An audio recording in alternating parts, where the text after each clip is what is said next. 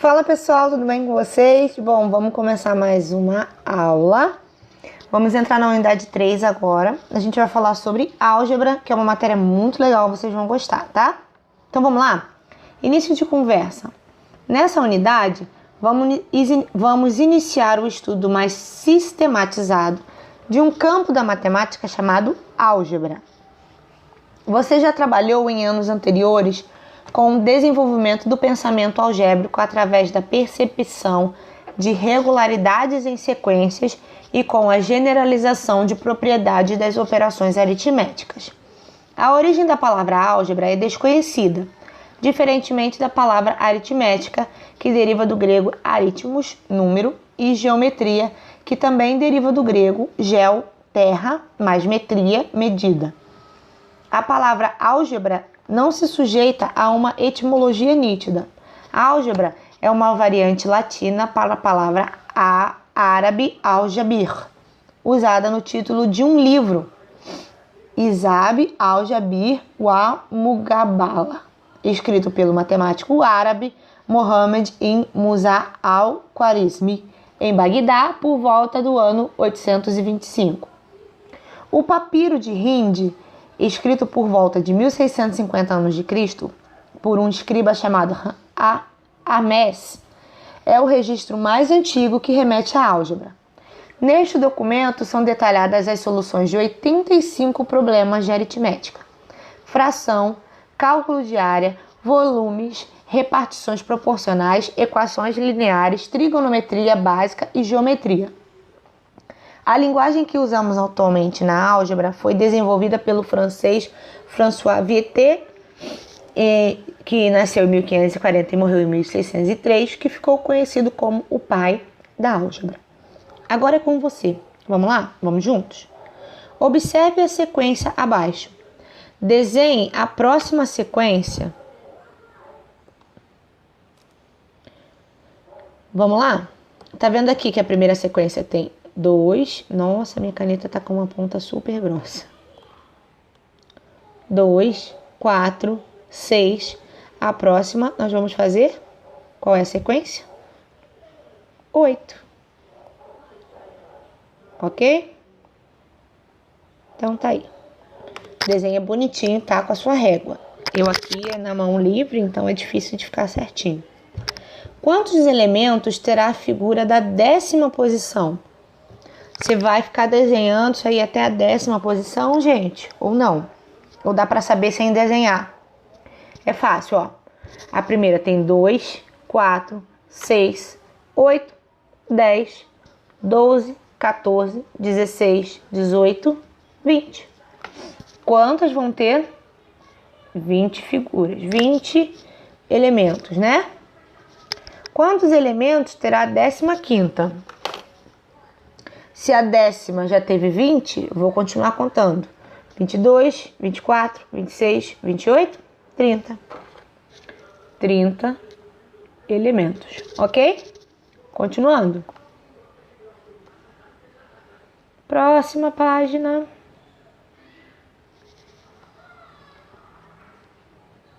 Escreva a... Opa, agora apareci. Escreva a regra de formação dessa sequência. E aí, o que vocês conseguem perceber nessa sequência que a gente fez? Existe uma regra para construir cada elementozinho ali, né? Cada figura, da primeira para a segunda, da segunda para a terceira, da terceira para a quarta. Tem uma regra que forma essa sequência aí, né? Qual regra que a gente consegue perceber? Que os números estão sendo múltiplos de 2, certo? A figura, ela é composta pelos múltiplos de 2, né? 2, 4, 6, 8, 10, certo? Escreva a expressão que permite calcular o número de elementos de uma figura que ocupa uma posição n em qualquer sequência. Bom, se são múltiplos de 2, é qualquer número multiplicado por 2. Então, se ela quer n números, é n vezes 2, tá bom? Lembra quando a gente fala sobre múltiplos, que a gente aprende que os múltiplos são o resultado da multiplicação de um número qualquer por outro número? Então, os múltiplos de 2 são o resultado de uma multiplicação de qualquer número por 2, tá? Então, tá aqui, ó, qualquer número multiplicado por 2. Observe a sequência abaixo. Desenhe a próxima figura da sequência. Vamos lá. 3, 6, 9. Qual é o próximo? 12. Então, desenha aqui, ó, 12 balõezinhos, tá? Eu não vou desenhar, não. Vocês desenhem aí, senão eu vou demorar muito. Quantos elementos terá a 10ª posição? Bom, se você fizer a contagem, a 10ª posição vai ter 30. Quantos elementos terá a 25ª posição? Contou até o 10, vai contando. A 25ª vai ter 75. E escreva a expressão, vou ter que salvar essa parte aqui e continuar. Escreva a expressão que permite calcular o número de elementos da figura que ocupa qualquer posição, que ocupa uma posição y em qualquer dessa sequência. Já conseguiu perceber que são números múltiplos de 3? Já? A primeira tinha 3, 6, 9, 12. A gente está falando dos múltiplos de 3, né? Então, é qualquer número vezes 3.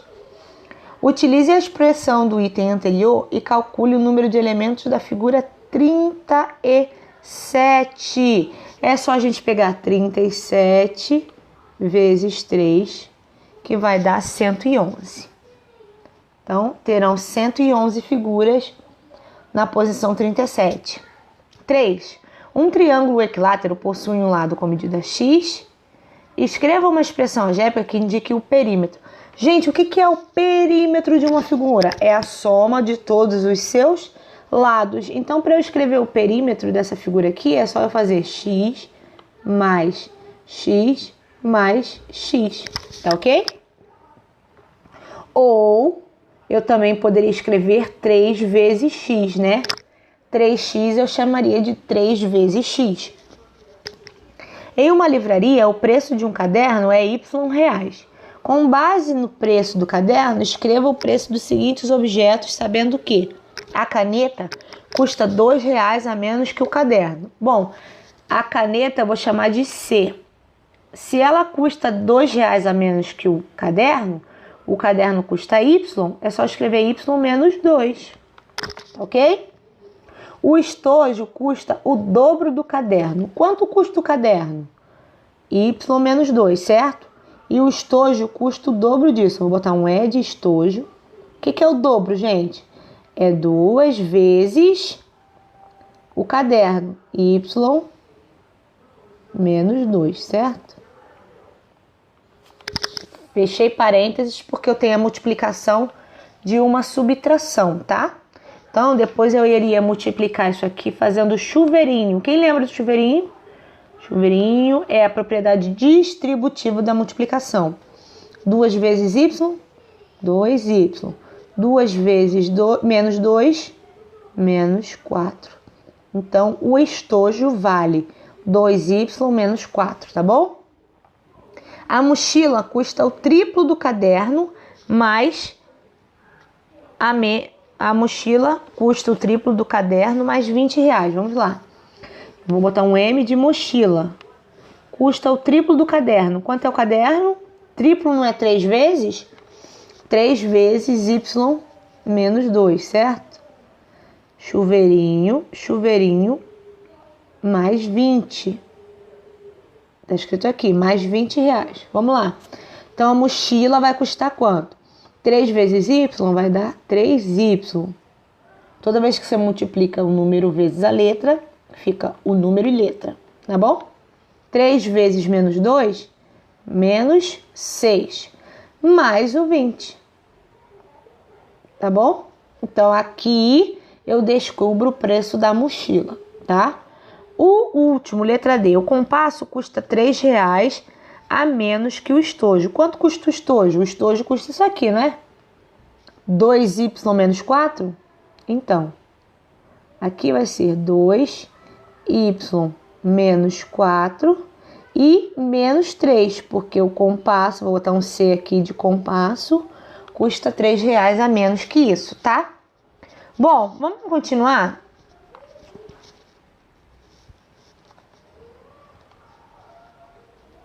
Vira a página.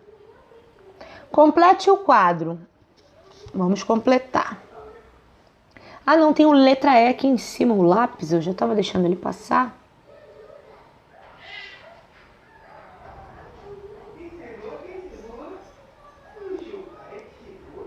O lápis custa metade do preço da caneta. A gente fez a caneta lá, Y-2, né?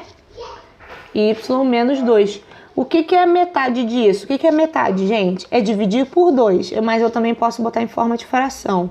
Ou eu posso botar assim, ou eu posso botar uma divisão. Y-2 dividido por 2, tá?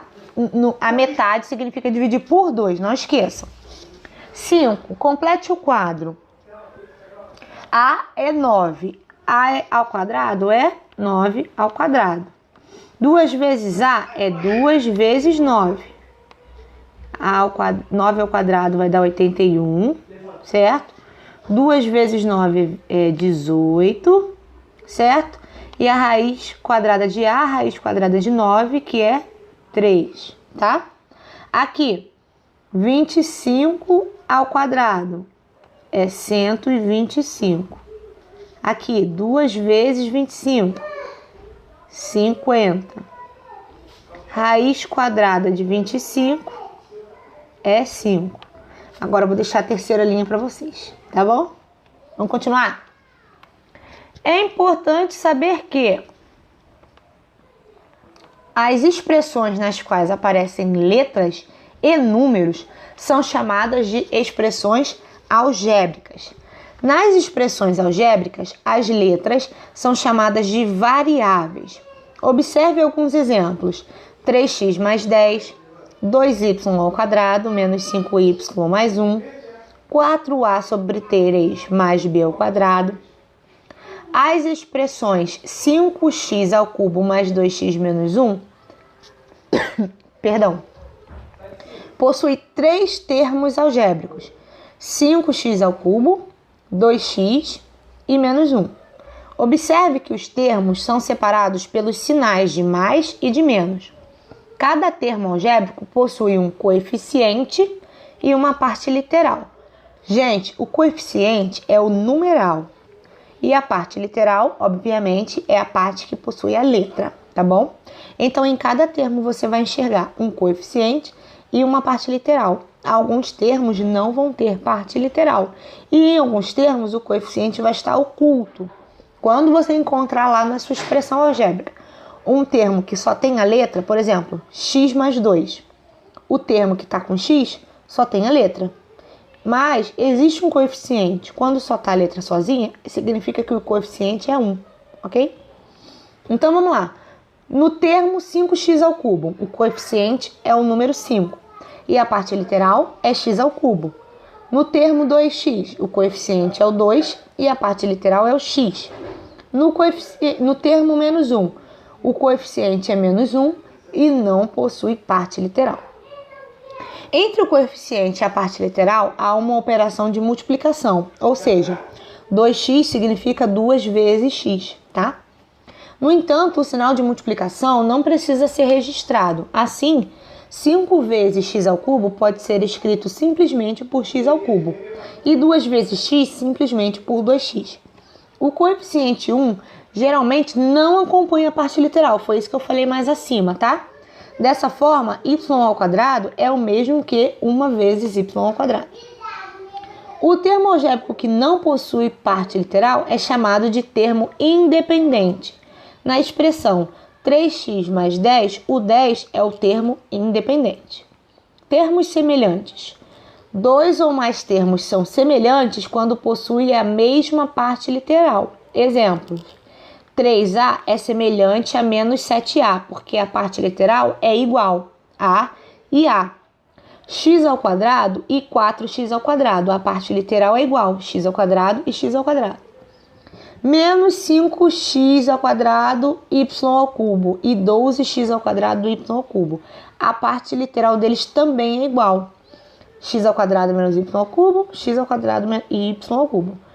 Se você tem uma parte literal 3a e 3a ao quadrado, um é a e o outro é a ao quadrado. Apesar dos dois serem a parte literal está diferente, porque uma está elevada, uma está sem o expoente, né, que é expoente 1, no caso, e o outro está elevado ao quadrado. Então, os termos só são semelhantes se as partes literais forem exatamente iguais, tá bom?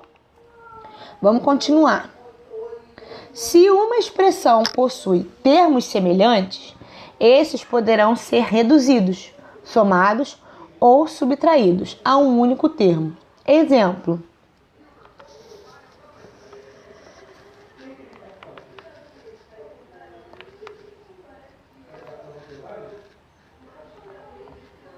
x 5y, vou fazer aqui para vocês verem, mais 4, mais 3y, menos 7. Essa é uma expressão que a gente vai calcular. Quando você encontrar lá nos exercícios, reduza os termos semelhantes. Reduza a expressão agrupando os termos semelhantes. A gente vai calcular da seguinte maneira. A primeira coisa a se fazer, a gente vai organizar a expressão. Como? A gente vai botar todos os termos que são semelhantes um ao lado do outro. Por exemplo, nessa expressão você pode ver que o 5y, ele é semelhante ao mais 3y. Então eu vou colocar um ao lado do outro. Eu vou arrumar a expressão primeiro. E aí eu vou colocar o mais 4 perto do menos 7, porque os dois são termos independentes, eles também são semelhantes, tá? Então vamos lá. Esse é semelhante a esse, eu posso realizar essa adição. Já esse aqui não é semelhante a esse, então eu não posso realizar essa operação. Mas eu posso realizar a operação do mais 4 com menos 7, que são termos independentes, por consequência também são semelhantes. Vamos agora organizar, realizar as operações? Vamos lá. Eu tenho 5y, se eu coloco mais 3y, 5 mais 3, eu fico com 8y. Quanto vai ficar mais 4 menos 7? Quando os sinais... Vamos voltar lá em regra de sinal, já tivemos essa aula. Quando os sinais são diferentes, subtraio e dou o sinal do maior número. Então, o maior é o 7. Então, vai ficar menos 3. Agora, eu posso somar esse 8... Eu posso subtrair 3 de 8y? Não, não pode, porque os termos não são semelhantes. E como não existem mais termos semelhantes aqui nessa expressão, ela termina aqui. Você já terminou de agrupar os termos semelhantes, tá bom? Agora dá uma olhada aqui. Qual ficou o resultado? 8y menos 3, ok? Assim acontece aqui, ó, na segunda expressãozinha. 2x ao quadrado mais 4x mais 13 mais x ao quadrado. 2x ao quadrado vai ficar perto do x ao quadrado, ó, que são semelhantes, tá vendo? O mais 4 vai para o meio e o mais 13 vai para o final. Só que o 4x e o 13 não são semelhantes, então eu não posso fazer operação com esses dois. Só posso fazer as operações daqueles que são semelhantes. Aí a gente faz aqui, ó, 2x ao quadrado mais 1x ao quadrado, me fico com 3x ao quadrado, que é o que está aqui. Repete o mais 4x e repete o mais 13. No final ficou com 3x ao quadrado mais 4x mais 13, ok? Bom, e assim a gente vai agrupar os termos semelhantes e começar a calcular aí as nossas expressões algébricas. Bom, pessoal, essa foi a nossa aula de hoje. Um beijo, fiquem com Deus e até a próxima. Tchau!